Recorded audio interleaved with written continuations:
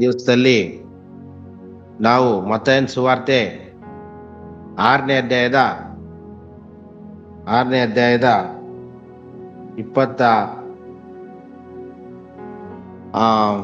19ನೇ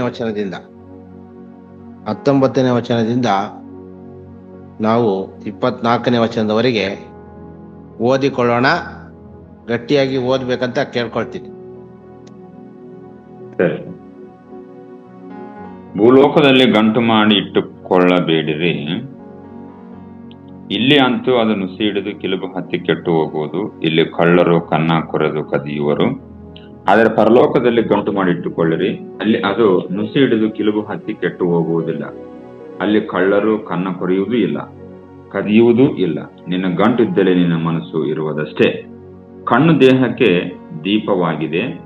ಈಗಿರುವಲ್ಲಿ ನಿನ್ನ ಕಣ್ಣು ನೆಟ್ಟಗಿದ್ದರೆ ನಿನ್ನ ದೇಹವೆಲ್ಲ ಬೆಳಕಾಗಿರುವುದು. ನಿನ್ನ ಕಣ್ಣು ಕೆಟ್ಟದಾಗಿದ್ದರೆ ನಿನ್ನ ದೇಹವೆಲ್ಲ ಕತ್ತಲಾಗಿರುವುದು. ಹಾಗಾದರೆ ನಿನ್ನೊಳಗಿರುವ ಬೆಳಕೆ ಕತ್ತಲಾದರೆ ಆ ಕತ್ತಲು ಎಷ್ಟೆನ್ನ ಬೇಕು?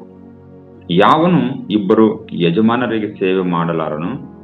ಅವನು ಒಬ್ಬನನ್ನು ದ್ವೇಷಿಸಿ ಮತ್ತೊಬ್ಬನನ್ನು ಪ್ರೀತಿಸುವನು, ಇಲ್ಲವೇ ಒಬ್ಬನನ್ನು ಹೊಂದಿಕೊಂಡು ಮತ್ತೊಬ್ಬನನ್ನು ತಾತ್ಸಾರ ಮಾಡುವನು. ನೀವು ದೇವರನ್ನು ಧನವನ್ನು ಕೂಡ ಸೇವಿಸಲಾರಿರಿ ಎಂಬುದು. ಪ್ರಾರ್ಥನೆ ಮಾಡೋಣ. ಪರಮ ಪ್ರೀತಿಯುಳ್ಳ ತಂದೆಯಾದ ದೇವರೇ, ನಿನ್ನ ಪರಿಶುದ್ಧ ನಾಮಕ್ಕೆ ಸ್ತೋತ್ರ ಉಂಟಾಗಲಿ. ಈ ಸಂದರ್ಭದಲ್ಲಿ ಈ ದೇವರ ರಾಜ್ಯದ ವಿಷಯದಲ್ಲಿ ನಾವು ಪ್ರಾರ್ಥನೆ ಧ್ಯಾನ ಮಾಡುವಂತೆ ಸಹಾಯ ಮಾಡು. ಯೇಸುವಿನ ಹೆಸರಲ್ಲಿ ಕೇಳುತ್ತೇವೆ ತಂದೆಯೇ, ಆಮೇನ್. ಈ ಸಂದರ್ಭದಲ್ಲಿ ನಾವು ನೋಡ್ತೀವಿ ದೇವರ ರಾಜ್ಯ ಬಗ್ಗೆ ಇಲ್ಲಿ ನಾವು ನೋಡ್ತೀವಿ. ಇವತ್ತು ಇರುವಂತ ಒಂದು ಇದೇನಂದ್ರೆ ತಲೆ ಬರಹ, ದೇವರ ರಾಜ್ಯದಲ್ಲಿ ನಿಧಿ, ದರ್ಶನ ಮತ್ತು ನಿಷ್ಠೆ ಅಂತ. ದೇವರ ರಾಜ್ಯದಲ್ಲಿ ನಿಧಿ, ದರ್ಶನ ಮತ್ತು ನಿಷ್ಠೆ, ಗೊತ್ತಾಯ್ತಾ? ಅದಕ್ಕೆ ಮುಖ್ಯವಾಗಿ ದೇವರ ರಾಜ್ಯದಲ್ಲಿ ನಿಧಿ ಅಂತ ಇಟ್ಕೊಳ್ಳೋಣ. ಮೇನ್ ದೇವರ ರಾಜ್ಯದಲ್ಲಿ ನಿಧಿ ಅಂತ. ಈಗ ದೇವರ ರಾಜ್ಯ ಅಂದ್ರೆ ಪರಲೋಕ ರಾಜ್ಯ. ನಾವೆಲ್ಲರೂ ಈ ದಿನಮಾನಗಳಲ್ಲಿ ನಾವೇನ್ ಮಾಡ್ತಾ ಇದೀವಿ ಅಂದ್ರೆ ದೇವರಿಗೆ ಪ್ರಾರ್ಥನೆ ಮಾಡ್ತಾ ಇದ್ದೀವಿ, ದೇವರಿಗೆ ಸೇವೆ ಮಾಡ್ತಾ ಇದ್ದೀವಿ. ದೇವರಿಗೆ ನಾವೇನ್ ಮಾಡ್ತಾ ಇದೀವಿ ಅಂದ್ರೆ ಒಂದು ಒಳ್ಳೆಯ ಒಂದು ಕಾರ್ಯಗಳಲ್ಲಿ ನಾವು ನಡ್ಕೊಳ್ತಾ ಇದ್ದೀವಿ ದೇವರಿಗೆ. ಮತ್ತು ಬೇರೆ ಬೇರೆ ರೀತಿಯಲ್ಲಿ ಸೇವೆ ಸಲ್ಲಿಸೋದು, ಸಹಾಯ ಮಾಡೋದು, ಈ ಥರ ನಾವು ಮಾಡ್ತಾ ಇದ್ದೀವಿ. ಮಾಡ್ತಾ ಇದ್ದೀವಿ. ಇದೆಲ್ಲ ಏನಪ್ಪಾ ಅಂತಂದ್ರೆ ನೋಡ್ತೀವಿ, ಇದೆಲ್ಲ ಏನಕ್ಕೋಸ್ಕರ, ಏನು ಎತ್ತ, ಇಲ್ಲಿ ದೇವ್ರಿಗೋಸ್ಕರ ಯಾಕೆ ನಡ್ಕೋಬೇಕು ಅಂತೆಲ್ಲ ಒಂದು ಪ್ರಶ್ನೆ ಬರ್ತದೆ ಕೆಲವು ಟೈಮಲ್ಲಿ. ಸೊ ಅವಾಗ ಪೌಲ ಒಂದು ಮಾತು ಹೇಳ್ತಾರೆ, ಏನಂತಂದ್ರೆ, ನೀವು ಕ್ರಿಸ್ತನು ತಿರುಗಿ ಬರಲಿಲ್ಲವಾದರೆ ಅಥವಾ ಸತ್ತವರೆಲ್ಲ ಎಬ್ಬಿಸಲ್ಪಟ್ಟು ಕ್ರಿಸ್ತನ ಹತ್ರ ನಿಲ್ಲಲ್ಲ ಅಂತಂದಿದ್ರೆ ನಾವ್ ಹೆಂಗ್ ಬೇಕಾದ್ರೂ ಜೀವಿಸ್ಬೋದಾಗಿತ್ತು. ನಾವು ತಿನ್ನೋಣ, ಕುಡಿಯೋಣ, ಸಂತೋಷ ಪಡೋಣ, ಯಾಕಂದ್ರೆ ನಾಳೆ ಸಾಯುತ್ತೇವಲ್ಲ ಅಂತ ಹೇಳ್ತಾರೆ. ಅಂದ್ರೆ ಬರೀ ಸತ್ತೋಗ್ತೀವಿ ನಾವು. ಆ ಸತ್ತೋಗೋದ್ರಿಂದ ತಿನ್ನೋಣ, ಕುಡಿಯೋಣ, ಸಂತೋಷ ಪಡೋಣ. ಅನೇಕ ಜನಗಳು ಈಗಿನ ಕಾಲದಲ್ಲಿ ಮಾತಾಡುವಂತ ವಿಷಯ, ಒಂದು ಸಂಗತಿ ಏನಪ್ಪಾ ಅಂದ್ರೆ, ನಾವು ಇರೋವರೆಗೂ ಎಂಜಾಯ್ ಮಾಡ್ಬೇಕು, ಇರೋವರೆಗೂ ಜಾಲಿಯಾಗಿರ್ಬೇಕು ಅಂತ. ಅವ್ರು ಇರೋವರೆಗೂ ಜಾಲಿಯಾಗಿ ಸಂತೋಷವಾಗಿ ಹೆಂಗ್ ಬೇಕಂಗೆ ಇರ್ಬೇಕು ಅಂತ. ಅವಾಗ ಇರೋವರೆಗೂ ನಾವು ಸಂತೋಷವಾಗಿದ್ರೆ, ಜಾಲಿಯಾಗಿದ್ರೆ, ನಾಳೆ ಸಾಯ್ತೀವಲ್ಲ ಅಂತ, ಸತ್ಮೇಲೆ ಯಾರು ನೋಡ್ತಾರೆ, ಹಾಗೆ ಹೀಗೆ ಅಂತ ಅನೇಕರು ಈಗಿನ ದಿನಮಾನಗಳಲ್ಲಿ ತುಂಬಾ ಈ ರೀತಿಯಾದಂಥ ಒಂದು ಕಾರ್ಯಗಳಿಗೆ ಪ್ರೋತ್ಸಾಹ ಜಾಸ್ತಿ ಸಿಗ್ತಾ ಇದೆ. ಅಂದ್ರೆ ಒಬ್ಬನು ಒಂದು ಕೆಲಸಕ್ಕೆ ಸೇರ್ಕೋಬೇಕು, ಮದುವೆ ಮಾಡ್ಕೋಬೇಕು, ಆಮೇಲೆ ಮದುವೆ ಮಾಡ್ಕೊಂಡಾಗ ಅವನು ಮತ್ತೆ ಟೂರ್ಗೆ ಹೋಗ್ಬೇಕು, ಕರ್ಕೊಂಡು ಹೋಗ್ಬೇಕು, ಅಲ್ಲಿ ಎಂಜಾಯ್ ಮಾಡ್ಬೇಕು, ಇಲ್ಲಿ ಎಂಜಾಯ್ ಮಾಡ್ಬೇಕು, ಕುಡಿಬೇಕು, ತಿನ್ಬೇಕು, ತನ್ನ ಹೃದಯನ ಸಂತೋಷ ಪಡಿಸ್ಬೇಕು ಅಂತ. ಪೌಲ ಹೇಳ್ತಾನೆ, ಒಂದ್ ವೇಳೆ ನಾವು ಕ್ರಿಸ್ತನು ತಿರುಗಿ ಬರ್ಲಿಲ್ಲವಾಗಿದ್ರೆ ನಾವು ಕುಡಿಬೋದು, ತಿನ್ಬೋದು, ಯಾಕೆ ಸಾಯ್ತೀವಲ್ಲ ನಾಳೆ ಅಂತ ಹೇಳ್ತಾನೆ. ಸೊ ಇದ್ರಿಗೆಲ್ಲ ನಾವು ನೋಡುವಾಗ ನಾವು ಈ ರೀತಿ ಒಂದು ಒಳ್ಳೆಯ ಕಾರ್ಯಗಳನ್ನ ನಾವು ಮಾಡೋದು, ಒಂದು ಗ್ರೂಪ್ ಆಫ್ ಪೀಪಲ್ ಅಂತ ಹೇಳ್ತೀವಿ ನಾವು ಇಂಗ್ಲಿಷಲ್ಲಿ. ಒಂದು ಗ್ರೂಪ್ ಆಫ್ ಪೀಪಲ್ ಅಂದ್ರೆ ಒಂದು ಜನಾಂಗ, ಅದನ್ನ ಅವರು ದೇವರನ್ನ ಆರಾಧಿಸ್ತಾ ಇರ್ತಾರೆ, ದೇವರನ್ನ ಸ್ತೋತ್ರ ಮಾಡ್ತಿರ್ತಾರೆ. ಈ ಒಂದು ಕ್ಯಾಟಗರಿ ಇದ್ರೂ ಕೂಡ ಒಂದು ಜನಾಂಗ ಅನಾದಿ ಕಾಲದಿಂದ ನಾವು ನೋಡ್ಕೊಂಡು ಬರ್ತೀವಿ. ನೋಹ, ಇಡೀ ಲೋಕವೇ ಕೆಟ್ಟೋದ್ರು ಕೂಡ ನೋಹ ಅವನ ಕುಟುಂಬ ಮಾತ್ರ ದೇವರನ್ನ ಆರಾಧಿಸ್ತಿತ್ತು. ಕಾರಣ ಏನಂದ್ರೆ ಅವ್ರಿಗೆ ದೇವರ ಮೇಲೆ ಭಯ ಭಕ್ತಿ. ಯೋಬ ಅವನೇನ್ ಮಾಡ್ತಿದ್ದ, ತುಂಬಾ ಜನರು ಇದ್ರು ಕೂಡ ಯಾರೇ ದ್ವೇಷ ಮಾಡೋದ್ರು ಕೂಡ ದ್ವೇಷ ಮಾಡ್ಲಿಲ್ಲ. ಅವನು ಏನ್ ಮಾಡ್ದ, ದೇವರನ್ನೇ ಧ್ಯಾನ ಮಾಡ್ಕೊಂಡು ಬಂದ. ಅವನೊಂದು ಮಾತು ಹೇಳ್ತಾನೆ, ಯೋಬ 22ನೇ ಅಧ್ಯಾಯದಲ್ಲಿದೆ, ಸರ್ವಶಕ್ತನೇ ನನಗೆ ಚಿನ್ನ ಅಂದ. ನೀನ್ ಚಿನ್ನ ತಗೊಂಡು ಹೊರಗಡೆ ಎಲ್ಲಾರು ಬಿಸಾಕು, ಸರ್ವಶಕ್ತನೇ ನನ್ನ ಚಿನ್ನ ಅಂತ. ಅವನೇ ನನಗೆ ಚಿನ್ನ ಆಗಿದ್ದಾನೆ ಅಂತ ಒಂದು ಆ ತರ ಒಂದು. ಮತ್ತೆ ಮೋಶೆ ಏನ್ ಮಾಡ್ತಾರೆ, ಮುಂದೆ ಬರುವಾಗ ಐಗುಪ್ತ ದೇಶದಲ್ಲಿ ಅವರು ಎಂಜಾಯ್ ಮಾಡ್ಕೊಂಡು ತಿನ್ಕೊಂಡು ಉಣ್ಕೊಂಡು ಎಲ್ ಮಾಡ್ಕೊಂಡು ಅವರು ಇದ್ರು. ಆದ್ರೆ ಅದನ್ನೇ ಅವರು ಇದೇ ಈ ಸುಖನೇ ಇರ್ಲಿ ನನ್ಗೆ ಅಂತಂದೇನೆ, ಕ್ರಿಸ್ತನಿಂದ ಬರುವಂತ ನಿಂದೆ ನನಗೆ ಶ್ರೇಷ್ಠ ಅಂತ ಹೇಳಿ ಐಗುಪ್ತ ದೇಶ ಬಿಟ್ಟು ಅವನು ಮುಂದೆ ಹೋಗ್ತಾನೆ. ಕಾನಾನ್ ದೇಶಕ್ಕೆ ಹೋಗೋದಕ್ಕೆ ಅವನು ಮುಂದೆ ಆ ಮಾರ್ಗ ಹಾಕ್ತಾನೆ. ಅಲ್ಲಿಂದ ಅವನು ಬಿಟ್ಟು ಹೊಟ್ಟೋಗ್ತಾನೆ, ಅದು ಬೇಡ ನನಗೆ, ನನ್ನ ಜನಾಂಗ ಬೇಕು ನನಗೆ ಅಂತ. ಅದೇ ತರನೇ ಇಸ್ರಾಯೇಲ್ ಜನರನ್ನ ದೇವರು ಎಲ್ಲಾ ಜನರುಗಳಿಗಿಂತ ಪ್ರೀತಿ ಮಾಡಿ ಆರಿಸ್ಕೊಳ್ತಾನೆ. ಏಕೆ ಆರಿಸ್ಕೊಳ್ತಾನೆ ಗೊತ್ತಾ ನಿಮ್ಗೆ? ಏನಕ್ಕೆ ಆರಿಸ್ಕೊಳ್ತಾನೆ ಅಂದ್ರೆ, ಅವ್ರು ಏನಕ್ಕೆ ಆರಿಸ್ಕೊಳ್ತಾನೆ ಅಂದ್ರೆ, ನನ್ನನ್ನ ಸೇವಿಸಲಿ, ನನ್ನನ್ನು ಆರಾಧನೆ ಮಾಡ್ಲಿ, ನಾನು ಇವ್ರಿಗೆ ವಿಶೇಷವಾದಂತ ಒಂದು ರಕ್ಷಣೆ ಕೊಡ್ಬೇಕು ಅಂತಕ್ಕಂಥದ್ದನ್ನ ಆರಿಸ್ಕೊಳ್ತಾನೆ. ಈ ತರ ನಾವು ನೋಡ್ಕೊಂಡು ಬರ್ಬೋದು, ಬೇರೆ ಬೇರೆ ಬೇರೆ ಬೇರೆ ಬೇರೆ ಬೇರೆ ಅಂತ. ಅಂದ್ರೆ ಪರಲೋಕ ರಾಜ್ಯವನ್ನ ಈಗ ಹೊಸ ಒಡಂಬಡಿಕೆಯಲ್ಲಿ ಬಂದಾಗ ಸ್ವಾಮಿ ಕೆಲವು ವಿಷಯಗಳನ್ನ ಹೇಳ್ತಾರೆ, ನಮ್ಗೆಲ್ಲ ಗೊತ್ತಿರಕ್ಕೆ. ಏನ್ ಹೇಳ್ತಾರೆ, ಚಿಕ್ಕ ಹಿಂಡೆ ಅದರ ಬೇಡ. ಅದ್ರ ಒಂದು ಚಿಕ್ಕ ಹಿಂಡಿದೆ, ಒಂದು ಗ್ರೂಪ್, ಆ ಗ್ರೂಪು ದೇವರ ಸ್ತೋತ್ರ ಮಾಡುತ್ತೆ, ದೇವ್ರನ್ನ ಇದ್ ಮಾಡುತ್ತೆ, ದೇವ್ರಿಗೆ ಕೊಂಡಾಡುತ್ತೆ. ಯಾರಿಬ್ಬರಾಗಲಿ ಮೂವರಾಗಲಿ ನನ್ನ ಹೆಸರಲ್ಲಿ ಕೂಡ್ಕೊಂಡಿರ್ತಾರೋ ಅಂಥವ್ರ ಮಧ್ಯದಲ್ಲಿ ಇರ್ತೀನಿ ಅಂತಾರೆ ದೇವರು. 2-3 ಒಂದು ಗ್ರೂಪ್. ಈ ಕೊಪ್ಪಳದಲ್ಲಿ ನಾವಿದೀವಿ, ನಮ್ದೊಂದು ಗ್ರೂಪ್ ಇದೆ ದೇವರನ್ನ ಆರಾಧನೆ ಮಾಡೋದು. ನಿಮ್ಮೂರಲ್ಲಿ ನೀವಿದ್ದೀರಿ, ನಿಮ್ದೊಂದು ಗ್ರೂಪ್ ಇದೆ. ಇದು ಎಲ್ಲರೂ ಆರಾಧನೆ ಮಾಡೋದಿಲ್ಲ. ನೋಡಿ, ಕ್ರೈಸ್ತ ದೇಶ ಅನ್ಸ್ಕೊಂಡ್ರು ಕೂಡ ಅನೇಕ ಕಡೆಗಳಲ್ಲಿ ಕ್ರಿಸ್ತನ ಇದು ಜಾಸ್ತಿ ಇದ್ರು ಕೂಡ ಅಲ್ಲಿ ಕೂಡ ಜನ ಜಾಸ್ತಿ ಒಂದು ಗ್ರೂಪ್ ಆಫ್ ಪೀಪಲ್ ಮಾತ್ರ ದೇವ್ರನ್ನ ಆರಾಧಿಸ್ತಿರ್ತಾರೆ. ಇವರು ಕಂಡಿಡ್ತಿರ್ತಾರೆ ಅದನ್ನ, ಯಾವುದನ್ನ, ಅದರಿಂದ ಬರುವಂತ ಒಂದು ಆನಂದ ಮತ್ತೆ ಒಂದು ಲಾಭ, ಇವೆರಡನ್ನೂ ಕಂಡಿಡ್ತಿರ್ತಾರೆ. ಏನದು ಕಂಡಿಡ್ತಿರ್ತಾರೆ? ಇಲ್ಲಿ ನೋಡ್ರಿ, ಈ ಮಾರ್ಗಗಳ ಬಗ್ಗೆ ಹೇಳ್ತಾರೆ ಸ್ವಾಮಿ. ಇಕ್ಕಟ್ಟಾದ ಮಾರ್ಗದಲ್ಲಿ ಹೋಗಿರಿ, ನಾಶನಕ್ಕೆ ಹೋಗುವ ಮಾರ್ಗ ಅಗಲ, ಅದ್ರಲ್ಲಿ ತುಂಬಾ ಜನ ಹೋಗ್ತಾರೆ. ಆದ್ರೆ ಇಕ್ಕಟ್ಟಾದ ಮಾರ್ಗವನ್ನು ಕಂಡುಹಿಡಿಯುವವರು ಏನ್ ಹೇಳ್ತಾರೆ? ಎಲ್ಲರೂ ಹೇಳಿ ಮುಂದೆ. ಇಕ್ಕಟ್ಟಾದ ಮಾರ್ಗವನ್ನು, ಈ ಮಾರ್ಗವನ್ನು ಕಂಡುಹಿಡಿಯುವವರು ಸ್ವಲ್ಪ ಜನ ಅಂತ ಹೇಳ್ತಾರೆ, ಸ್ವಲ್ಪ ಜನ. ಅದೇ ತರನೇ ಈ ದಿವಸದ ವಾಕ್ಯಗಳಲ್ಲಿ ಏನಿದೆ ಅಂತಂದ್ರೆ, 21ನೇ ವಚನದಲ್ಲಿ ಸ್ವಾಮಿ ಹೇಳ್ತಾರೆ, ಭೂಲೋಕದಲ್ಲಿ ಗಂಟು ಮಾಡಿ ಇಟ್ಟುಕೊಳ್ಳಬೇಡಿರಿ. 19ನೇ ವಚನದಲ್ಲಿ ಭೂಲೋಕದಲ್ಲಿ ಗಂಟು ಮಾಡಿ ಇಟ್ಟುಕೊಳ್ಳಬೇಡಿರಿ. ಮೋಶೆ ಭೂಲೋಕದಲ್ಲಿ ಗಂಟು ಮಾಡಿ ಇಟ್ಕೊಳ್ಳಿಲ್ಲ, ನೋಹ ಭೂಲೋಕದಲ್ಲಿ ಗಂಟು ಮಾಡಿ ಇಟ್ಕೊಳ್ಳಿಲ್ಲ, ನಾನು ಹೇಳದಂತೆ ಯಾರು ಕೂಡ ಭೂಲೋಕದಲ್ಲೇ ಇರಲಿಲ್ಲ. ದಾನಿಯೇಲನ ಬಗ್ಗೆ ಧ್ಯಾನ ಮಾಡ್ತಾ ಇದೀವಿ ನಾವೀಗ ನಮ್ಮ ಚರ್ಚ್ ಒಳಗೆ. ದಾನಿಯೇಲನ ಬಗ್ಗೆ ಧ್ಯಾನ ಮಾಡುವಾಗ ದಾನಿಯೇಲ ಆಗ್ಲಿ, ಶದ್ರಕ್ ಆಗ್ಲಿ, ಮೆಷಕ್ ಆಗ್ಲಿ, ಅಬೇದ್ನಗೋ ಆಗ್ಲಿ, ಅವರು ಪರಲೋಕದಿಂದ ಬರುವಂತ ಆಶೀರ್ವಾದಕ್ಕೇನೆ ಅವ್ರ ಪ್ರಾಮುಖ್ಯತೆ ಕೊಡ್ತಾರ. ಅವ್ರು ಏನ್ ಪರಲೋಕದಿಂದ? ನಾವು ಬೆಂಕಿಲ್ ಬಿದ್ದು ಸತ್ರು ಪರವಾಗಿಲ್ಲ, ನಾವು ದೇವರನ್ನ ಮಾತ್ರ ದೂಷಣೆ ಮಾಡಲ್ಲ. ನೋಡಿ, ಪರಲೋಕ, ಇದೇ ಪರಲೋಕದಲ್ಲಿ ನಾವು ಗಂಟು ಮಾಡಿ ಇಡೋದು ಅಂದ್ರೆ. ಭೂಲೋಕದಲ್ಲಿ ನಾವು ಗಂಟು ಮಾಡ್ತೀವಿ, ಮಾಡ್ಬೇಕಾಗ್ತದೆ ಕೆಲವು ವಿಷಯಗಳಿಗಾಗಿ.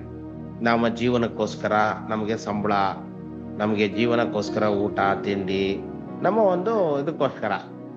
ಆದ್ರೆ ಅದನ್ನ ಗಂಟು ಮಾಡಿ ನಾವು ತುಂಬಾ ಇಟ್ಕೊಳ್ಳುವಂಥದ್ದಾದ್ರೆ ನಾವು ತುಂಬಾ ಅದ್ರ ಬಗ್ಗೆನೇ ಚಿಂತೆ ಮಾಡ್ತಾ ಈ ಲೌಕಿಕವಾದ ಕಾರ್ಯಗಳಲ್ಲೇ ಮಗ್ನರಾಗಿದ್ದು ಅದು ಬಿಟ್ಟು ದೇವ್ರ ವಾಕ್ಯಕ್ಕೆ 3ನೇ 4ನೇ ಸ್ಥಾನ ಕೊಟ್ಟು ಈ ಥರ ಎಲ್ಲ ಮಾಡ್ಕೊಂಡು ಭೂಲೋಕದಲ್ಲೇ ನಾವು ಗಂಟು ಮಾಡಿ ಇಟ್ಕೊಳ್ಳೋದಂತದಲ್ಲ. ಭೂಲೋಕದಲ್ಲಿ ನಮಗೆ ಬೇಕಾದಷ್ಟು ಸ್ವಾಮಿ ಕೊಡ್ಬೇಕಾಗ್ತದೆ, ಕೊಡ್ತಾರ. ಗೊತ್ತಾಯ್ತಾ? ಈಗ ಯೇಸು ಪೌಲ ಇದ್ದ, ಅವನು ಸೇವೆ ಮಾಡ್ತಾ ಇದ್ದ. ಆತನು ತನ್ನ ಹೊಟ್ಟೆಗೋಸ್ಕರ ಗುಡಾರ ಎಳೆದು ಅದು ದುಡ್ಡು ತಗೊಂಡು ಆ ದುಡ್ಡಲ್ಲಿ ಬೇರೆಯವ್ರಿಗೆ ಕೂಡ ಅವರು ಸಹಾಯ ಮಾಡ್ತಾ ಇದ್ದ. ಆಯ್ತಾ? ಆ ರೀತಿಯಾದಂತ ಒಂದು ವಿಷಯ. ಆದ್ರೆ ಕ್ರಿಸ್ತನನ್ನು ಬಿಟ್ಟು ನಾವು ಮಾಡುವಂಥದ್ದು ಅದು ಸರಿಯಲ್ಲ. ಕ್ರಿಸ್ತನನ್ನು ಬಿಟ್ಟು ಮಾಡುವಂಥದ್ದು, ಕ್ರಿಸ್ತನ ವಾಕ್ಯಕ್ಕೆ ವಿರುದ್ಧವಾಗಿ ಭೂಲೋಕದಲ್ಲಿ ಗಂಟು ಮಾಡಿ ಇಟ್ಕೊಂಡ್ರೆ ಏನಾಗುತ್ತೆ? ನಮ್ಗೆ ಬರೀ ಭೂಲೋಕದ ವಿಷಯ, ಭೂಲೋಕದ ಜ್ಞಾನ, ಬರೀ ಈ ಲೋಕದ ನಾಲೆಡ್ಜು ಇಂಥವೇ ಜಾಸ್ತಿ ಇರ್ತದೆ ಅನೇಕರಿಗೆ. ಅವರು ಹೋಟ್ಲಲ್ಲಿ ಯಾವ ಹೋಟ್ಲಲ್ಲಿ ಊಟ ಚೆನ್ನಾಗಿ ಸಿಗುತ್ತೆ, ಅಲ್ಲಿ ಯಾವ್ಯಾವ್ದೆಲ್ಲ ಊಟ ಇರ್ತದೆ, ಎಂತೆಂಥದ್ದು, ಅದು ಹೆಂಗ್ ತಿನ್ಬೇಕು, ನಾಳೆ ಹೋಗಿ ಬೆಳಿಗ್ಗೆ ಅಲ್ಲೇ ಆರ್ಡರ್ ಮಾಡ್ಬೇಕು. ಆಯ್ತಾ? ಒಂದಕ್ಕೆ ತಿನ್ನಕ್ ಬದಲು 2, 3, 4 ಆರ್ಡರ್ ಮಾಡ್ಬೇಕು. ವೇಸ್ಟ್ ಆದ್ರೂ ಪರವಾಗಿಲ್ಲ, ಅದರೊಂದು ಆನಂದ. ಆಮೇಲೆ ತಿರುಗಿ ಆಸ್ತಿಗಳನ್ನ ಕೂಡ್ಸೋದ್ರಲ್ಲಿ, ಮತ್ತೆ ಫ್ರೆಂಡ್ಸ್ಗಳನ್ನ ಕೂಡ್ಸೋದ್ರಲ್ಲಿ, ಇದರಲ್ಲೇ ಆನಂದ. ದೇವರ ವಾಕ್ಯದ ಬಂದು ಲಾಸ್ಟ್ ಅಲ್ಲಿ ಬಂದ್ಬಿಡುತ್ತೆ. ಇದು ದೇವರ ಪರಲೋಕದಲ್ಲಿ ಗಂಟು ಮಾಡಿ ಇಟ್ಕೊಳಕ್ ಆಗ್ತಾ ಇಲ್ಲ ನಮ್ಗೆ. ಭೂಲೋಕದಲ್ಲಿನೇ ಎಲ್ಲ. ಭೂಲೋಕದಲ್ಲಿ ಎಷ್ಟು ಜನ ಗೊತ್ತಿದ್ರು? ತುಂಬಾ ಜನ ನನಗೆ ಗೊತ್ತು, ಇಂಥವ್ರು ಗೊತ್ತು, ಅಂಥವ್ರು ಗೊತ್ತು, ಇಂಥವ್ರು ಗೊತ್ತು ಅಂತ. ಅಥವಾ ಲೌಕಿಕ ಕಾರ್ಯಗಳಲ್ಲಿ ಎಲ್ಲ ಗೊತ್ತು, ದೇವರೇ ಗೊತ್ತಿಲ್ಲ. ಅಥವಾ ದೇವರ ಒಂದು ಕಾರ್ಯಗಳು ನಮ್ಗೆ ಗೊತ್ತಿಲ್ಲ. ಗೊತ್ತಾಯ್ತಾ? ದೇವ್ರ ಕಾರ್ಯಗಳು ಏನಪ್ಪಾ? ದಶಾಜ್ಞೆಗಳನ್ನು ಪಾಲಿಸೋದು ಒಂದಾದ್ರೆ, ಎರಡನೇದು ಮತ್ತಾಯನ ಸುವಾರ್ತೆ 25ನೇ ಅಧ್ಯಾಯದಲ್ಲಿ ಇದೆಯಲ್ವಾ? ಏನಂತಂದ್ರೆ, ಈ ಕೇವಲ ಅಲ್ಪನಾದವನಿಗೆ ಒಬ್ಬನಿಗೆ ನೀನೇನೇನ್ ಮಾಡಿದ್ಯೋ ಅದನ್ನ ಮಾಡೋದು ಅಂತಕ್ಕಂಥದ್ದು. ಸೊ ಅದನ್ನ ನಾವೇನ್ ಮಾಡ್ಬೇಕು? ಪರಲೋಕದಲ್ಲಿ ಗಂಟು ಮಾಡಿಟ್ಕೊಳ್ಳೋದು. ಅಂದ್ರೆ ಪರಲೋಕದ ಕಾರ್ಯಗಳನ್ನ ಭೂಲೋಕದಲ್ಲಿ ಮಾಡೋಂಥದ್ದು. ಪರಲೋಕದ ಕಾರ್ಯಗಳನ್ನ ಪರಲೋಕದ ಮಕ್ಕಳಾಗಿ ನಾವು ಪರಲೋಕದಿಂದ ಬಂದಿದ್ದೀವಿ, ಪ್ರವಾಸಿಗಳು. ಏನ್ ಹೇಳ್ತಾರೆ ಸ್ವಾಮಿ? ನೀವು ಪುರುಷ ಸಂಕಲ್ಪದಿಂದಾಗಲಿ ಕಾಮದಿಂದಾಗಲಿ ಹುಟ್ಟಿದವರಲ್ಲ, ದೇವರಿಂದಲೇ ಹುಟ್ಟಿದವರು ನೀವು ಅಂದರೆ. ಮತ್ತೆ ಇನ್ನೊಂದೇನಂದ್ರೆ, ನೀವು ಈ ಭೂಲೋಕಕ್ಕೆ ಸಂಬಂಧಪಟ್ಟಿದ್ರೆ ಈ ಲೋಕದವರು ನಿಮ್ಮ ಮಾತನ್ನ ಕೇಳ್ತಾ ಇದ್ರು. ಇವೆಲ್ಲ ನೆನಪಾಗ್ತದೆ ನಿಮ್ಗೆ ವಚನ. ನೀವು ಈ ಲೋಕಕ್ಕೆ ಸಂಬಂಧಪಟ್ಟಿಲ್ಲ, ಹಾಗಾಗಿ ನಿಮ್ಮ ಮಾತವ್ರು ಕೇಳೋದಿಲ್ಲ. ನನಗೂ ಕೂಡ ನನ್ನ ಮಾತನ್ನ ಅವ್ರು ಕೇಳಲಿಲ್ಲ. ಅಂದ್ರೆ ಭೂಲೋಕದವ್ರಿಗೂ ಪರಲೋಕದವ್ರಿಗೂ ಯಾವಾಗ್ಲೂ ಘರ್ಷಣೆ ನಡೀತಿರುತ್ತೆ. ವಿರೋಧ ಪಾರ್ಟಿ ತರ, ನಮ್ದು ವಿರೋಧ ಪಕ್ಷದ ತರ ಆಗ್ಬಿಡುತ್ತೆ. ಆಯ್ತಾ? ಅದರ ಭೂಲೋಕದವ್ರಿಗೂ ಬರ, ಆದ್ರೆ ನಮ್ಮ ಮಾತವ್ರು ಕೇಳೋದಿಲ್ಲ. ಆದ್ರೆ ನೀವೇನ್ ಮಾಡ್ಬೇಕು? ಅದನ್ನ ಅವ್ರು ಕೇಳಲ್ಲ ಅಂದ್ರೆ ಅವ್ರ ಜೊತೆಗೆ ಸೇರ್ಕೊಂಡ್ಬಿಡುದು. ಎಷ್ಟೋ ಸರಿ ಅವ್ರ ಜೊತೆಗೆ ಸೇರ್ಕೊಂಡ್ಬಿಡ್ತೀವಿ ನಾವು. ಅವ್ರ ಜೊತೆಗೆ ಸೇರ್ಕೊಂಡ್ಬಿಡ್ತೀವಿ. ಒಬ್ಬ ದೇವ್ರ ವಾಕ್ಯ ಓದೋ ಮನುಷ್ಯ, ಪ್ರೇಯರ್ ಮಾಡೋ ಮನುಷ್ಯ ಇದ್ರು ಕೂಡ ಸಾವಾಸದಿಂದ ಸನ್ಯಾಸಿ ಕೆಟ್ಟ ಅಂತ ಒಂದು ಗಾದೆ ಇದೆಯಲ್ವ ನಮ್ಮ ಹತ್ರ. ಆತರ ಸಾವಾಸ ದೋಷದಿಂದಾಗಿ ನಾವು ಅವ್ರದ್ದು ಪಾಲಿಸ್ಬಿಡ್ತೀವಿ. ನಮ್ಮಲ್ಲಿ ಕೆಲವು ಮಕ್ಕಳು ಏನ್ ಮಾಡ್ತಾರೆ, ನಾವು ಹಾಸ್ಟೆಲ್ನಲ್ಲಿ ನಡೆಸುವಾಗ ನಾವಿಲ್ಲಿ ಹೆಚ್ಚಾಗಿ ಬೋಧನೆ ಮಾಡಿ ದೇವ್ರ ವಾಕ್ಯ ಎಲ್ಲ ಬೆಳಿಗ್ಗೆ ಎಲ್ಲ ನಾವು ಹೇಳ್ತೀವಿ. ಇವತ್ತು ಕೂಡ ಬೆಳಿಗ್ಗೆನೆ ಬಂದು ದೇವ್ರ ವಾಕ್ಯ ನಡೆಸಿ ಅಲ್ಲಿ ಪ್ರೇಯರ್ ಎಲ್ಲ ಮುಗಿಸಿ ನಾನು ಇಲ್ಲಿ ನಿಮಗೆ ಡೊನೇಷನ್ ಮಾಡಿದ್ದೀನಿ. ದೇವ್ರ ವಾಕ್ಯನ ಹೇಳಿ ಅವ್ರಿಗೆಲ್ಲ ಪ್ರೇರೇಪಣೆ ಕೊಟ್ಟು, ನೀವು ಹಿಂಗಿರ್ಬೇಕು, ಈ ತರ ಮಾಡ್ಬೇಕು, ಈ ತರ ಪ್ಯಾಂಟ್ ಹಾಕ್ಬೇಕು, ಈ ತರ ಶರ್ಟ್ ಹಾಕೋಬೇಕು, ಈ ರೀತಿ ನಮಸ್ಕಾರ ಹೇಳ್ಬೇಕು, ಈ ರೀತಿ ನೀವು ಇರ್ಬೇಕು ಅಂತೆಲ್ಲ ನಾವು ಅವ್ರಿಗೆ ಗೈಡ್ ಮಾಡ್ತೀವಿ. ಆದ್ರೆ ಅವರು ಹೊರಗಡೆ ಹೋಗಿ ಶಾಲೆಗಳಲ್ಲಿ ಅಲ್ಲಿ ಕೆಲವು ಮಕ್ಕಳು ಮಾಡುವಂತ ಕೆಟ್ಟ ಕೆಲಸಗಳನ್ನ ಅಥವಾ ಅಲ್ಲಿ ಕೆಲವು ಬೈಗುಳಗಳನ್ನ ಕಲ್ತ್ಕೊಂಡು ಬಂದ್ಬಿಡ್ತಾರೆ. ಇಲ್ಲಿ ಹೋಗಿ ಅಲ್ಲಿನೇ ಕಲ್ತ್ಕೊಂಡ್ ಬಂದ್ಬಿಡ್ತಾರೆ. ಇಲ್ಲಿ ನಾವೆಲ್ಲ ಹೇಳ್ಕೊಟ್ಟಿರ್ತೀವಿ, ಅಲ್ಲಿ ಅವ್ರು ಜಾಸ್ತಿ ಜನ ಅದೇ ಮಾಡೋದ್ರಿಂದ ಕೆಲವು ಕಡೆ ಅದನ್ನೇ ಅವ್ರು ಕಲಿತು ಬಿಡ್ತಾರೆ. ಸೊ ಯಾಕಂದ್ರೆ ನಾವು ಅವ್ರು ಮಾಡೋದನ್ನ ನಾವು ಮಾಡಬಾರ್ದು ಅಂತಕ್ಕಂಥದ್ದು. ನಾ ದೇವ್ರ ಮಗ, ನಾನು ಯೇಸು ಸ್ವಾಮಿ ನಾನು ನೋಡ್ತಾನೆ, ಯೇಸು ಸ್ವಾಮಿ ವಾಕ್ಯ ನಾನು ಓದ್ತೀನಿ. ನಾನು ಸಪ್ರೇಷನ್ನೇ. ಹೆಂಗ್ ಸಪ್ರೇಷನ್? ನಾನ್ ನೋಡಿ, ಈ ನೋಹ ಇಡೀ ಭೂಲೋಕದವರೇ ತಪ್ಪು ಮಾಡ್ತಾ ಇದ್ರು ಕೂಡ ನಾನು ಮಾಡಲ್ಲ ಅಂದ್ಬಿಟ್ಟ ಅವನು. ಆ ತರ ಮಾಡಿದಾಗ ಅವನಿಗೆ ಪರಲೋಕದಲ್ಲಿ ಗಂಟು. ಭೂಲೋಕದಲ್ಲಿ ಗಂಟು ಅಂದ್ರೆ ಈ ರೀತಿ ಎಲ್ಲ ನಾವು ಬೇರೆ ಬೇರೆ ನಾವು ಮಾಡ್ಕೊಂಡು ಪರಲೋಕದ ವಿಷಯಗಳಿಗಾಗಿ, ದೇವರ ವಾಕ್ಯಗಳಿಗೆ ನಾವು ಸೆಕೆಂಡ್ ಪ್ರಿಫರೆನ್ಸ್ ಅಥವಾ ಲಾಸ್ಟ್ ಪ್ರಿಫರೆನ್ಸ್ ಕೊಟ್ರೆ ನಾವು ಗಂಟು ಮಾಡಕ್ಕಾಗೋದಿಲ್ಲ. ನೋಡಿ, ಪರಲೋಕದಲ್ಲಿ ಗಂಟು ಮಾಡಿ ಇಟ್ಕೊಳ್ಬೇಕು. ಅಲ್ಲಿ ಭೂಲೋಕದಲ್ಲಿ ಇದ್ರೆ ಅದು ಕಿಲು ಬರ್ತದೆ, ಕೆಟ್ಟೋಗುತ್ತೆ. ಇವೆಲ್ಲ ಕೆಟ್ಟೋಗ್ತಾವ ಒಂದ್ ದಿವಸ. ಇವತ್ತೆಲ್ಲ ಎಷ್ಟೆಷ್ಟೋ ಜನ ದೊಡ್ಡ ಅಧಿಕಾರದಲ್ಲಿದ್ದವ್ರು ಅಧಿಕಾರದಿಂದ ಹೇಳಿದ ತಕ್ಷಣ ಅವ್ರಿಗೆ ಏನಾಗ್ತದೆ? ಮರ್ಯಾದೆನೇ ಸಿಗೋದಿಲ್ಲ, ಅವ್ರು ಏನ್ ಮಾಡ್ತಾರೆ ಗೊತ್ತಾಗೋದಿಲ್ಲ. ಅಧಿಕಾರ ಇದ್ದಾಗ ತುಂಬಾ ಇರ್ತದೆ, ಆ ತರ ಆಗ್ಬಿಡುತ್ತೆ. ಆದ್ರೆ ಪರಲೋಕದಲ್ಲಿ ಗಂಟಂದ್ರೆ ನಿನ್ನ ನೆರೆಯವನ್ನ ನಿನ್ನಂತ ಪ್ರೀತಿಸೋದು, ಮತ್ತೆ ಮತ್ತಾಯನ ಸುವಾರ್ತೆ 24ನೇ ಅಧ್ಯಾಯದಲ್ಲಿ ಇರುವಂತ ಎಲ್ಲಾ ವಿಷಯಗಳನ್ನ ನಾವು ಪಾಲಿಸೋದು, 25ನೇ ಅಧ್ಯಾಯದಲ್ಲಿ ಮತ್ತೆ ದಶಾಜ್ಞೆಗಳನ್ನ ಪಾಲಿಸೋದು, ಯೇಸು ಸ್ವಾಮಿ ಕೊಟ್ಟರ ಆಜ್ಞೆಗಳನ್ನ ಪಾಲಿಸೋದು, ಬೈಬಲ್ ಇರುವಂತ ಎಲ್ಲವುಗಳನ್ನ ಪಾಲಿಸಿ ಅದರಂತೆ ಭೂಲೋಕದಲ್ಲಿ ನಡೆಯುವಂಥದ್ದು ಅಂತಂದ್ರೆ ಇದು ಪರಲೋಕದಲ್ಲಿ ಇಟ್ಟುಕೊಳ್ಳುವಂತ ಒಂದು ಗಂಟಾಗಿರ್ತದೆ. ನೋಡಿ, ಒಂದು ಗಂಟು ಅಂತ ನಾವೇನ್ ಮಾಡ್ತೀವಿ, ಒಂದು ಉದಾಹರಣೆಯಲ್ಲಿ ಒಂದು ಗಂಟು. ಈಗ ಗಂಟು ಏನಕ್ಕೆ ಬೇಕು ನಮ್ಗೆ ಅಂದ್ರೆ, ಅದು ಗಂಟು ಅಂದ್ರೆ ಒಂದು ಐಶ್ವರ್ಯನೋ, ಒಂದು ಹಣನೋ, ಅಥವಾ ಒಂದು ಬಂಗಾರನೋ, ಇವೆಲ್ಲ ನಮ್ಗೆ ಭೂಲೋಕದಲ್ಲಿ ಆಸೆ ಬರುತ್ತಲ್ವಾ. ಇದೇನಕ್ಕೆ ಬರುತ್ತೆ ಅಂತಂದ್ರೆ, ಒಂದು ನಮ್ಮ ಮನೆ ಕಟ್ಕೋಬೇಕು, ಚೆನ್ನಾಗಿರ್ಬೇಕು, ಹೊಲ ತಗೋಬೇಕು, ಕಾರ್ ತಗೋಬೇಕು, ಗಾಡಿ ತಗೋಬೇಕು, ದೊಡ್ಡದಾಗಿರ್ಬೇಕು, ನಾನು ಎಲ್ಲಾರ ಹತ್ರ ನಮ್ಗೆ ಏನಿದಾಗ್ಬಾರ್ದು, ನನ್ಗೆ ಒಂದು ಸ್ಟೇಟಸ್ ಕೂಡ ಬರುತ್ತೆ. ಅದಾದ್ಮೇಲೆ ಸ್ಟೇಟಸ್ ಅಂದ್ರೆ ಏನು, ಇತರ ಐಶ್ವರ್ಯವಂತರಿಗೂ ಒಂದು ಸ್ಟೇಟಸ್ ಹೇಳ್ತಾರಲ್ಲ, ಬಡವ್ರು ನೋಡಿದ್ರೆ ಯಾರು ಮನೆ ಹತ್ರನೇ ಹೋಗಲ್ಲ, ಅವ್ರನ್ನ ಮಾತಾಡ್ಸೋದಿಲ್ಲ, ಅವ್ರಿಗೆ ಗೌರವವನ್ನು ಕೊಡಲ್ಲ ಹೇಳ್ತದೆ. ಜ್ಞಾನೋಕ್ತಿ ಧ್ಯಾನ ಮಾಡ್ತಾ ಇದೀವಿ ನಮ್ಮ ಮನೆಯಲ್ಲಿ, ಅದ್ರಲ್ಲಿ ಹೇಳುತ್ತೆ, ಆ ಬಡವನನ್ನು ಕೂಡ ನೆರೆಯವನು ಕೂಡ ಅವನಿಗೆ ಗೌರವ ಕೊಡೋದಿಲ್ಲ, ಬಡವನನ್ನು ನೆರೆಯವನು ಕೂಡ ಅಥವಾ ಬಂಧುಗಳು ಯಾರು ಅವನಿಗೆ ಗೌರವ ಕೊಡಲ್ಲ ಅಂತ ಹೇಳ್ತಾ ಇದ್ರಲ್ವಾ. ಆ ತರ ಇದ್ರಲ್ಲ, ಏನೋ ಹಣ ಇದ್ರೆ, ಬಂಗಾರ ಇದ್ರೆ, ಅಥವಾ ಏನೋ ವಸ್ತು ಇದ್ರೆ ಎಲ್ಲರೂ ಗೌರವ ಕೊಡ್ತಾರೆ.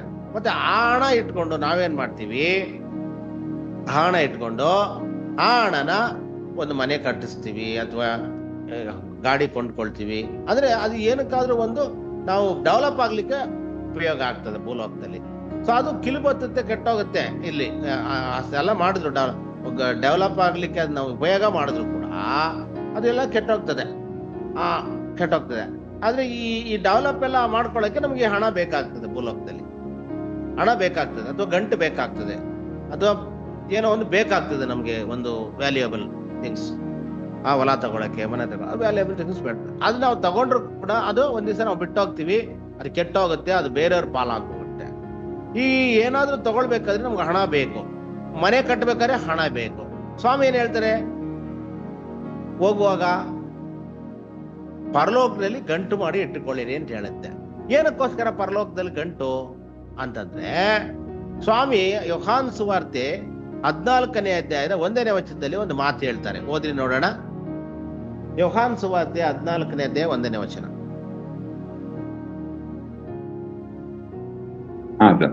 ನಿಮ್ಮ ಹೃದಯವು ಕಳವಳಗೊಳ್ಳದೆ ಇರಲಿ, ದೇವರನ್ನು ನಂಬಿರಿ, ನನ್ನನ್ನೂ ನಂಬಿರಿ. ಅಷ್ಟೇ ಸರ್, 1ನೇ ವಚನ. ನೆಕ್ಸ್ಟ್, ನನ್ನ ತಂದೆಯ ಮನೆಯಲ್ಲಿ ಬಹಳ ಬಿಡಾರಗಳು ಅವೆ, ಇಲ್ಲದಿದ್ದರೆ ನಿಮಗೆ ಹೇಳುತ್ತಿದ್ದೇನೋ. ನಿಮಗೆ ಸ್ಥಳವನ್ನು ಸಿದ್ಧ ಮಾಡುವುದಕ್ಕೆ ಹೋಗುತ್ತೇನಲ್ಲ. ನಾನು ಹೋಗಿ ನಿಮಗೆ ಸ್ಥಳವನ್ನು ಸಿದ್ಧ ಮಾಡಿದ ಮೇಲೆ ತಿರುಗಿ ಬಂದು ನಿಮ್ಮನ್ನು ಕರಕೊಂಡು ಹೋಗಿ ನನ್ನ ಬಳಿಗೆ ಸೇರಿಸಿಕೊಳ್ಳುವೆನು. ಯಾಕೆಂದ್ರೆ ಏನ್ ಹೇಳುತ್ತೆ ಸ್ವಾಮಿ ಇಲ್ಲಿ ಅಂದ್ರೆ, ನಾನ್ ಪರಲೋಕಕ್ಕೆ ಹೋಗ್ತೀನಿ, ಅಲ್ಲಿ ಒಂದು ಬಿಲ್ಡಿಂಗ್ ಕಟ್ತೀನಿ ನಿಮ್ಗೋಸ್ಕರ, ಒಂದು ಅರಮನೆ ಕಟ್ತೀನಿ ಅಂತ. ಅಲ್ಲಿ ಗುಡಾರ ಅಂತ ಬರೆಯಲ್ಪಟ್ಟಿದೆ ಕನ್ನಡದಲ್ಲಿ. ಅದು ಸರಿಯಾದಂತ ಒಂದು ತರ್ಜುಮೆ ಅಲ್ಲ ಕನ್ನಡದಲ್ಲಿ, ಅದು ಒಂದು ತಪ್ಪಾದ ತರ್ಜುಮೆ. ಸರಿಯಾದ ತರ್ಜುಮೆ ಏನಂದ್ರೆ ಅರಮನೆಗಳನ್ನು ಕಟ್ತೀನಿ ನಾನು ಅಂತ.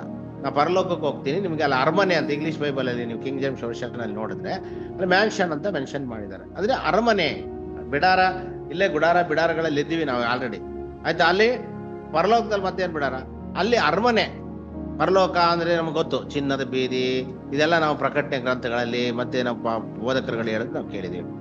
ಅಲ್ಲಿ ಕಟ್ಟಬೇಕಾದ್ರೂ ರೊಕ್ಕ ಬೇಕು ನಮ್ಗೆ. ಅಲ್ಲಿ ಕಟ್ಬೇಕಾದ್ರೂ ಕೂಡ ರೊಕ್ಕ ಬೇಕು ನಮ್ಗೆ. ಇಲ್ಲಿ ಕಟ್ಬೇಕಾದ್ರೆ ಹೇಗೆ ಮನೆ ಗಿನೆ ಎಲ್ಲ ಕಟ್ಟಕ್ಕೆ ಮತ್ತೆ ಎಲ್ಲ ತಗೊಳಕ್ಕೆ ರೊಕ್ಕ ಬೇಕು, ಅಲ್ಲಿ ಕಟ್ಲಿಕ್ಕೂ ಕೂಡ ಬೇಕು. ಕಟ್ಟವ್ರು ಯೇಸು ಸ್ವಾಮಿ, ಕಟ್ಟೋದಕ್ಕೆ ರೊಕ್ಕ ಗಿಕ್ಕ ಎಲ್ಲ ಕಳಿಸ್ಬೇಕಾಗಿರೋದು ನಾವು, ಇಲ್ಲಿ ದುಡ್ದಲ್ಲಿ ಕಳಿಸ್ಬೇಕಷ್ಟ. ಗೊತ್ತಾಯ್ತಾ?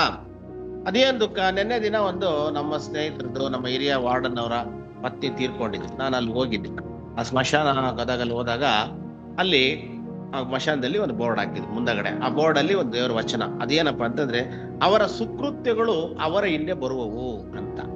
ಸುಕೃತ್ಯ ಅಂದ್ರೆ ಏನೋ, ಒಳ್ಳೆಯ ಕಾರ್ಯಗಳು ಅವರಿಂದ ಬರ್ತದೆ ಅಂತ. ಹುಟ್ಟುವಾಗ ಏನು ತಂದಿಲ್ಲ ತಗೊಂಡೋಗಲ್ಲ ಅಂತ ನಾವ್ ಹೇಳ್ತೀವಲ್ವಾ. ಹುಟ್ಟುವಾಗ ಏನು ತಂದಿರಲ್ಲ, ಆದ್ರೆ ಹೋಗುವಾಗ ತಗೊಂಡೋಗ್ಬೇಕಾದಂತ ಒಂದು ವಸ್ತು ಅದೇನಂದ್ರೆ ಅದು ಸುಕೃತ್ಯ, ಅವರ ಒಳ್ಳೆಯ ಕಾರ್ಯಗಳು. ಅದೇನೇ ಹೇಳೋದು ಪರಲೋಕದಲ್ಲಿ ಗಂಟು ಅಂತಂದ್ರೆ, ನಮ್ಮ ಒಳ್ಳೆಯ ಕಾರ್ಯಗಳು ಮಾಡಿದಾಗ ನಾವು ನಮ್ಮ ಗಂಟನ್ನ ಪರಲೋಕಕ್ಕೆ ಕಳಿಸ್ತೀವಿ. ಆ ಗಂಟು ತಗೊಂಡು ಸ್ವಾಮಿ ಮನೆ ಕಟ್ತಾರೆ ನಮ್ಗೆ ಅಂತಕ್ಕಂಥದ್ದು. ಪರಲೋಕದಲ್ಲಿ ಆ ಗಂಟು ಬೇಕಲ್ಲ, ಆ ಗಂಟು ಇಲ್ದೇ ಇದ್ದವ್ರಿಗೆ ಅಲ್ಲೆಲ್ಲಿ ಮನೆ ಕಟ್ಟಕ್ಕಾಗತ್ತೆ? ಇಲ್ಲಿ ಕುಡ್ಕೊಂಡು ಪಾಪಿಗಳಾಗಿ ದೇವರ ಒಂದು ಕಾಲ ಅಸಹ್ಯ ಮಾಡ್ಕೊಂಡಿದ್ದವ್ರಿಗೆ ಪರಲೋಕ ಸಿಗಲ್ಲ ಅಂತ ನಮಗ್ ಗೊತ್ತಿದೆ. ಅಂತವ್ರಿಗೆ ಅಲ್ಲಿ ಮನೆ ಕಟ್ಟಲ್ಲ. ಅಲ್ಲಿ ಮನೆ ಕಟ್ಟಂತವ್ರು ಯಾರಪ್ಪ ಅಂತಂದ್ರೆ ಪರಲೋಕದಲ್ಲಿ ಯಾರು ಗಂಟು ಮಾಡಿರ್ತಾರೋ ಅವ್ರಿಗೆ. ಅಂದ್ರೆ ಪರಲೋಕಕ್ಕೆ ಯಾರು ಇಲ್ಲಿಂದ ತಮ್ಮ ಒಳ್ಳೆಯ ಕಾರ್ಯಗಳನ್ನ, ತಮ್ಮ ದೈವಿಕ ಕಾರ್ಯಗಳನ್ನ, ಮತ್ತೆ ತಮ್ಮ ಒಂದು ನಡವಳಿಕೆ, ಮತ್ತೆ ತಮಗೆ ದೇವರಿಗೆ ಸಲ್ಲಿಸುವ ಭಕ್ತಿ, ವಾಕ್ಯಗಳಲ್ಲಿ ಹೇಳಿರೋ ಪ್ರಕಾರ ನಡೆಯುವಂಥದ್ದು, ಇದನ್ನು ಮಾಡಿ ದೇವರನ್ನ ಮಹಿಮೆ ಪಡಿಸುವಂಥದ್ದೇ ಅದು ಪರಲೋಕದಲ್ಲಿ ಇರುವಂತ ಗಂಟು. ನಾವು ಅಲ್ಲಿಗೆ ಹೋದಾಗ ಇಮಿಡಿಯೇಟ್ ಆಗಿ, ಸ್ವಾಮಿ ನೀನ್ ಇಷ್ಟು ಗಂಟು ಕೊಟ್ಟು ಕಳಿಸಿದ್ದೀನಿ ನಿನ್ ಭೂಲೋಕದಿಂದ, ನಾನು ಇಂಥ ಮನೆ ನಿನ್ನ ಕಟ್ಟಿದ್ದೀನಿ, ನೀನ್ ತಗೋ ಅಂತ ನಮ್ಗೆ ಅಲ್ಲಿ ಕೊಡ್ಲಿಕ್ಕೆ ಉಂಟದೇವು ಅಂತಕ್ಕಂಥದ್ದು. ಸೊ ಆವಾಗ ನಮ್ಮ ಮನ್ಸೆಲ್ಲ ಈಗ ಪರಲೋಕದಲ್ಲಿದ್ರೆ, ಯೇಸು ಸ್ವಾಮಿಯ ಕಾರ್ಯದಲ್ಲೇ, ಯೇಸು ಸ್ವಾಮಿಯ ಒಂದು ವಿಷಯದಲ್ಲೇನೆ ಭೂಲೋಕದಲ್ಲಿದ್ರೆ ಅದು ಪರಲೋಕದಲ್ಲಿದ್ದಂಗೆ ತಾನೆ. ನಮ್ಮ ಎಲ್ಲ ಕಾರ್ಯಗಳು ಕರ್ತನ ಕಾರ್ಯಗಳಾಗಿ, ಕರ್ತನಿಗೆ ಮೆಚ್ಚುಗೆ ಆಗಿ ನಡೀತಾ ಇದ್ರೆ ಅದನ್ನ ಪರಲೋಕದಲ್ಲಿ ದೇವರನ್ನ ಸ್ತೋತ್ರ ಮಾಡ್ತಿರ್ತೇವೆ, ದೇವರನ್ನ ಮೆಚ್ಚಿಸ್ತಾ ಇರ್ತೇವೆ. ಯೋಬ ಏನ್ ಮಾಡ್ತಾನೆ? ಅವನು ಚೆನ್ನಾಗಿ ದೇವರನ್ನ ಸ್ತೋತ್ರ ಮಾಡ್ತಾರೆ, ಮೆಚ್ಚಿಸ್ತಾ ಇರ್ತಾನೆ, ಯಜ್ಞಗಳನ್ನ ಅರ್ಪಿಸ್ತಿರ್ತಾನೆ. ಸೈತಾನ ಬಂದ, ಕೇಳ್ದ ಪರಲೋಕದಲ್ಲಿ ದೇವ್ರನ್ನ. ದೇವ್ರು ಕೇಳಿದ್ರು, ಭೂಲೋಕದಲ್ಲಿ ಹೋಗಿದ್ದೆ ಅಲ್ಲಲ್ಲಿ ತಿರುಗ್ತಾ ಬಂದೀನಿ ಅಂದ. ಎಲ್ಲಿ ತಿರುಗಿದೆ? ಇಲ್ಲಿ ನನ್ನ ದಾಸನಾದ ಯೋಬನ ಮೇಲೆ ಕಣ್ಣಿಟ್ಟಿ, ಅವನು ಬಹಳ ಬಾಯ ಭಕ್ತಿ ಉಳ್ಳವನಾಗಿದ್ದಾನೆ. ನೋಡಿ, ದೇವರಲ್ಲಿ ಆತನ ಬಗ್ಗೆ ಸಾಕ್ಷಿ ಹೇಳ್ತಾ ಇದ್ದಾನೆ.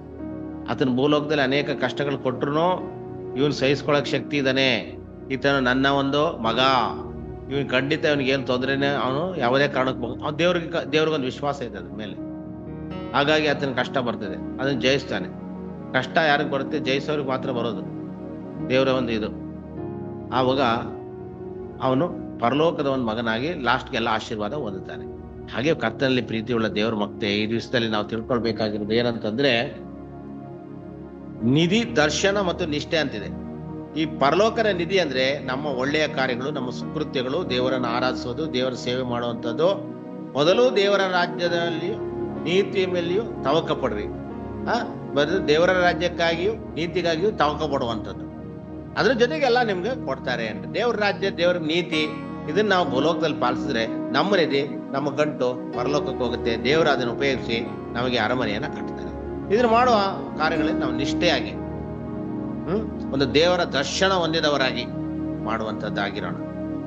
ಮತ್ತೆ ಇದು ಈ ರೀತಿಯಾಗಿ ಮಾಡಿದಂತ ಒಬ್ಬ ಮಿಷನರಿಯ ಜೀವನ ಚರಿತ್ರೆ ಯಾವ್ದಪ್ಪ ಅಂದ್ರೆ, ಇವತ್ತು ಅವರ ಹೆಸರು ಬಂದು ಜಾರ್ಜ್ ಅಂತ ಇಲ್ಲಿ ಹಾಕಿದ್ದಾರೆ ಬೋರ್ಡಲ್ಲಿ. ಜಾರ್ಜ್ ಅಂತ ಅವ್ರ ಹೆಸರು, ಜಾರ್ಜ್ ಫಾಕ್ಸ್ ಅಂತನಾ.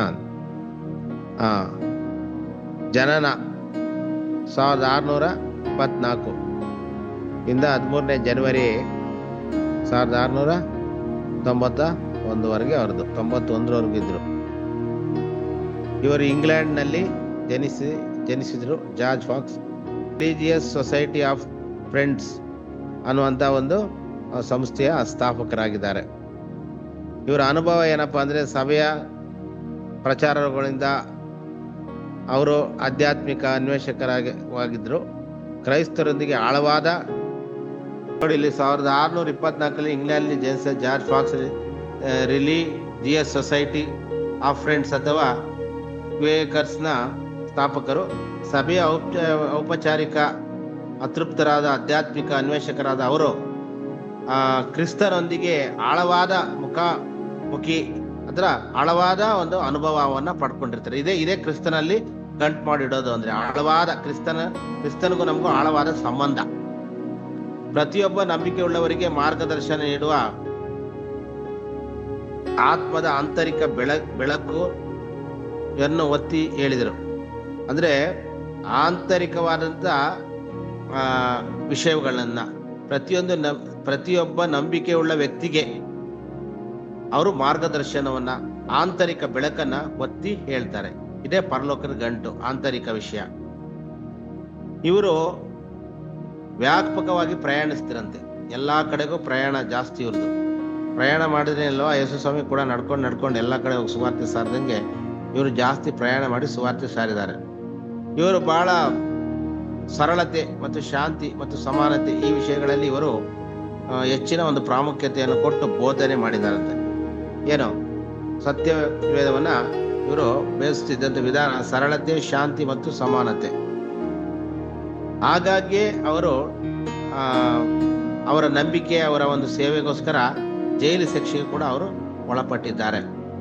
ಇವರು ಬಾಹ್ಯ ಆಚರಣೆಗಳನ್ನು ತಿರಸ್ಕರಿಸುವ ಮತ್ತು ದೇವರೊಂದಿಗಿನ ನೇರ ಸಂಪರ್ಕವನ್ನು ಒತ್ತಿ ಹೇಳುವ ಚಳುವಳಿ ಸ್ಫೂರ್ತಿ ನೀಡುತ್ತದೆ. ಇದು ಈ ಒಂದು ಕಾರ್ಯಗಳು ಏನಂದ್ರೆ, ಬಾಹ್ಯ ಅಂದ್ರೆ ಬರೀ ಹೊರಗಿನ ತೋರಿಕೆ, ನಾನು ಹೇಳಿದ್ನಲ್ಲ, ಹೊರಗಿನ ತೋರಿಕೆಗಾಗಿ ನಾವು ಜೀವನ ಮಾಡುವಂಥದ್ದು, ಆಸ್ತಿ, ಕಾರು ಇದೆಲ್ಲ ಕೆಲವರು ತಗೊಂಡು, ಆಸ್ತಿ, ಕಾರು ಇಂಥವೆಲ್ಲ ತಗೊಂಡು ಹೊರಗಿನ ತೋರಿಕೆಗಾಗಿ ಜೀವಿಸಿ ಎಷ್ಟೋ ಜನ ಕಷ್ಟಕ್ಕೆ ಸಿಗಾಕೊಂಡು, ಸಾಲದಲ್ಲಿ ಸಿಗಾಕೊಂಡು ಒದ್ಲಾಡುವಂಥದ್ದನ್ನು ಕೂಡ ನಾವು ಅನೇಕರನ್ನ ನೋಡ್ತಾ ಇದ್ದೀವಿ.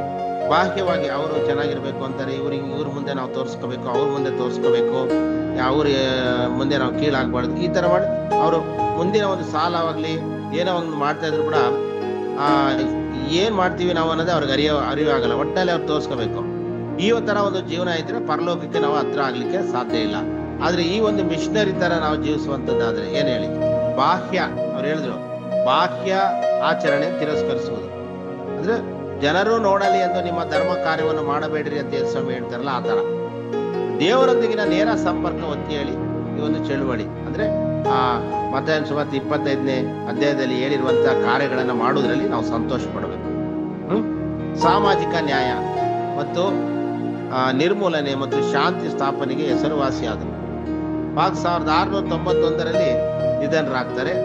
ಪ್ರಪಂಚದಾದ್ಯಂತ ಕ್ರೈಸ್ತ ನಂಬಿಕೆ ಮೇಲೆ ಪ್ರಭಾವ ಬೀರುತ್ತಿರುವ ಆಧ್ಯಾತ್ಮಿಕ ಚಳುವಳಿಯನ್ನು ಬಿಟ್ಟು ಹೋಗುವಂತವರಾಗಿದ್ದಾರೆ. ಅಂದ್ರೆ ಆಧ್ಯಾತ್ಮಿಕ ಚಳುವಳಿಯೇ ಪರಲೋಕ ರಾಜ್ಯದಲ್ಲಿ ಗಂಟು ಮಾಡಿ ಇಟ್ಟುಕೊಳ್ಳುವುದೆಂದರೆ ಅವರು ಸಾರಿ ಹೇಳಿದ್ದಾರೆ. ಪರಲೋಕ ರಾಜ್ಯದಲ್ಲಿ ಗಂಟು ಮಾಡಿ ಇಟ್ಟುಕೊಳ್ಳೋದಂದ್ರೆ ಆಧ್ಯಾತ್ಮಿಕವಾಗಿ ನಾವು ಜೀವಿಸಿ ದೇವರನ್ನ ಮಹಿಮೆ ಪಡಿಸಿ ನಮ್ಮ ಎಲ್ಲ ಆಸ್ತಿ ಪರಲೋಕದಲ್ಲಿ ಸೇರಿಸಿ ನಾವು ಅಲ್ಲಿ ಹೋದಾಗ ಅದನ್ನು ಉಪಯೋಗವಂತೆ ಮಾಡುವಂಥದ್ದು. ಇದೇ ಒಂದು ನಿಷ್ಠೆ ಅಥವಾ ಒಂದು ದರ್ಶನ. ಅವ್ರ ದರ್ಶನ ಇದು, ನಮ್ಮ ದರ್ಶನ ಹಾಗೆ ಆಗಿದ್ರೆ ಒಳ್ಳೇದು. ಮತ್ತೆ ಒಂದು ನಿಷ್ಠೆ, ಒಂದು ನಿಧಿ, ಪರಲೋಕದ ನಿಧಿ. ನಮ್ಮ ನಿಧಿ ಎಲ್ಲಿದೆ ಎಂಬುದಾಗಿ ನಾವು ಪರೀಕ್ಷಿಸಿಕೊಳ್ಳೋಣ, ಪ್ರಾರ್ಥನೆ ಮಾಡೋಣ. ಸರ್ವಶಕ್ತನಾಗಿರುವ ತಂದೆಯಾದ ದೇವರೇ, ನಾವು ಪರಲೋಕದಲ್ಲಿ ನಿಧಿಯನ್ನು ಇಟ್ಟುಕೊಂಡು ಅದರಲ್ಲಿ ಸಂತೋಷ ಪಡ್ಲಿಕ್ಕೆ ಆಗುವಂತೆ ಸಹಾಯ ಮಾಡು. ಒಬ್ಬನು ಒಂದು ಬಂಗಾರವನ್ನ ತೆಗೆದುಕೊಂಡು ಸಂತೋಷ ಪಟ್ಟಂಗೆ ನಿಧಿ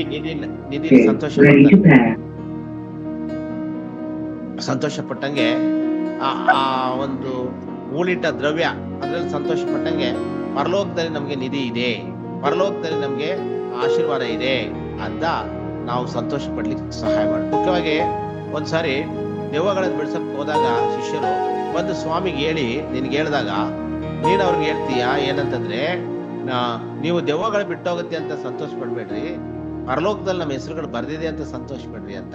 ಭೂಲೋಕದಲ್ಲಿ ಮಾಡುವ ಸರ್ವ ಒಳ್ಳೆಯ ಕಾರ್ಯಗಳಿಗಾಗಿ ಸುಕೃತ್ಯಗಳನ್ನ ನಮ್ಮ ಹಿಂದೆ ಕಳಿಸ್ಲಿಕ್ಕೆ ನೀನು ಸಿದ್ಧನಾಗಿ ಪರಲೋಕ ರಾಜ್ಯದಲ್ಲಿ ನಮಗೋಸ್ಕರ ಮನೆಗಳನ್ನು ತಯಾರು ಮಾಡ್ಲಿಕ್ಕೆ ಇರುವಂತ ದೇವರೇ ಆಶೀರ್ವಾದ ಮಾಡು.